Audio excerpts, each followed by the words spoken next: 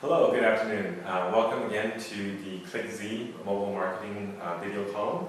I'm Alvin Grillen, the CEO for MInfo, and I'm here with our special guest, Ken Hong, Weibo Marketing Strategy General Manager for Sina, who is now in charge of mobile monetization for the company. So, Ken, welcome, and thank you for taking time to speak with us. So, over the last couple of years, I think Weibo has been definitely one of the biggest phenomenon on the digital space in China. Maybe you can kind of give us some high-level numbers for some people who are less familiar with Weibo. Sure. So I think, as you said, I think Weibo has really grown very, very fast over the last 2 years. Now we have about 324 million users on the Weibo platform.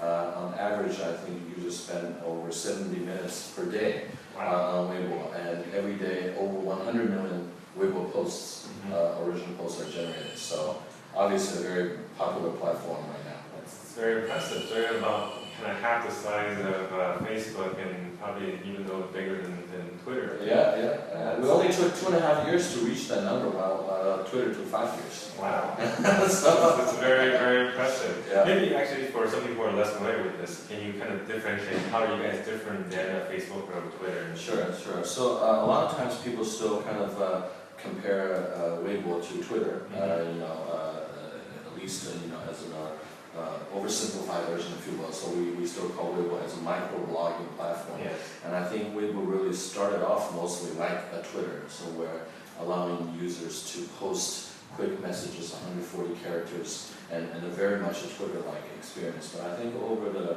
last 2 years, Weibo has really become its own product. It has more social network features, so some of the Facebook features, if you will, like, more in terms of friend relationship, and that's integrated into the Weibo platform.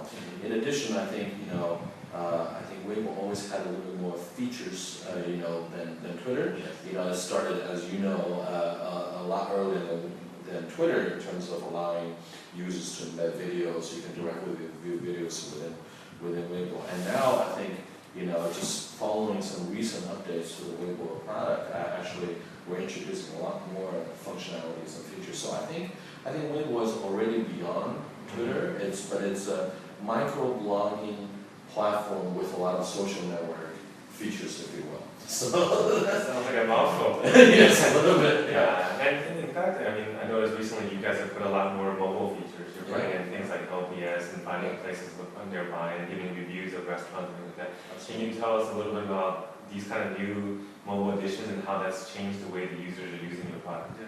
Sure. I think it's a two-way street. I think because I think both the platform is building. On one hand, the platform is introducing new functionalities and features, extending those mobile experiences. At the same time, consumers are pushing the platform, making those changes as well, right?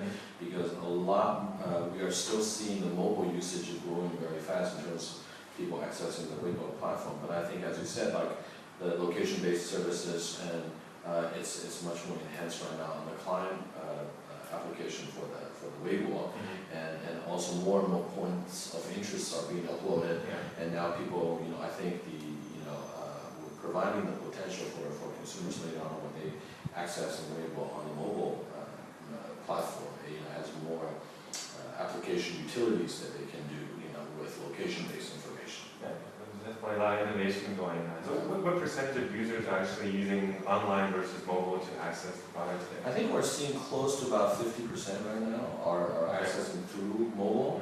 I think it's probably a similar, I would say, trend that people are seeing with Facebook, overseas. But I think again, I think a lot of users are still multi-terminal users, right? People will use on PCs and people will use on mobile. I know when I get up in the morning, obviously I don't turn on my computer, but I check on my phone. But obviously during the day, I can do a lot of stuff on my PC. So I think again, as I mentioned, I think about 50% of the traffic I think is coming from mobile now.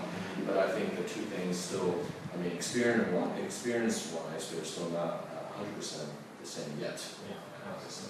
So one of your biggest competitors is the QQ Weibo. Can you maybe tell us a little bit the difference of how the approach that you guys are taking versus what they're taking?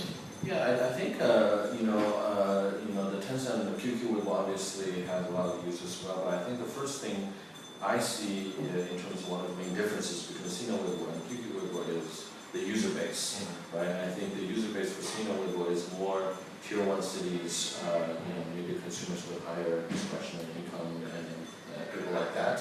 I think QQ Weibo has a higher penetration within lower tier cities.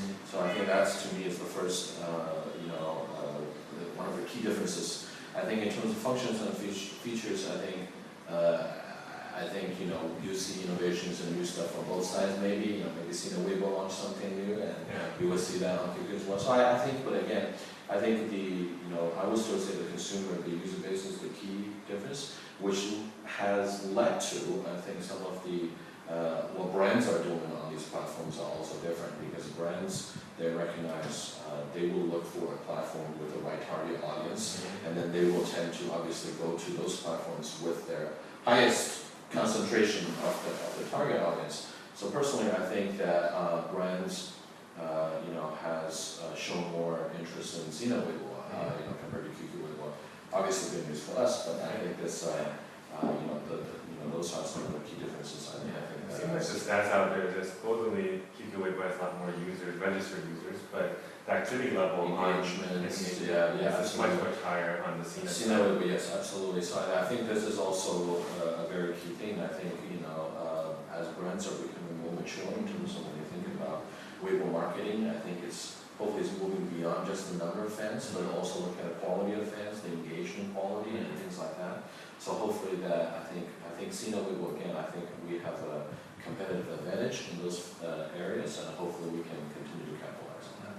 Yeah, I was doing a little research on what the analyst forecasts are for the Weibo revenues for you guys this year, and it's somewhere around $40 million, and it's supposed to be 150-60 million next year. I mean, those are pretty big absolute numbers, but it's still a pretty small percentage of the total Sina revenues. Right. Why do you think that number isn't bigger, considering how many people and how active they are? Well, I think first of all, I think because Sina, we have not actually